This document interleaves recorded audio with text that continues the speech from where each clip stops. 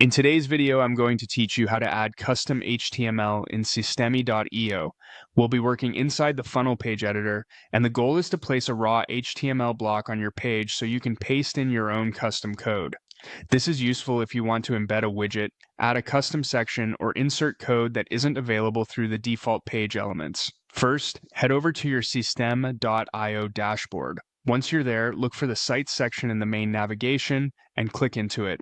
From there, select Sales Funnels so you can access the funnel where you want to place your custom HTML.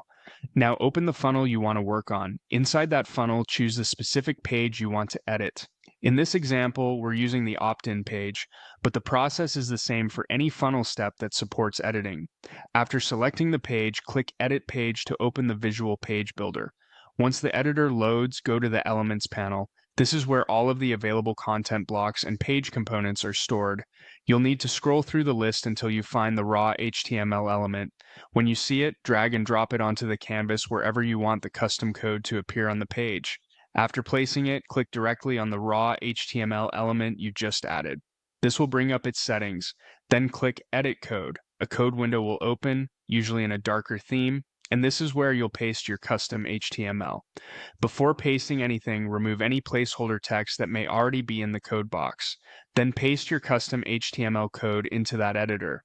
If your code includes styling or embedded elements, make sure everything is copied completely so it displays properly. It's also a good idea to double-check your code for missing tags before saving, since even a small error can affect how the element appears on the page.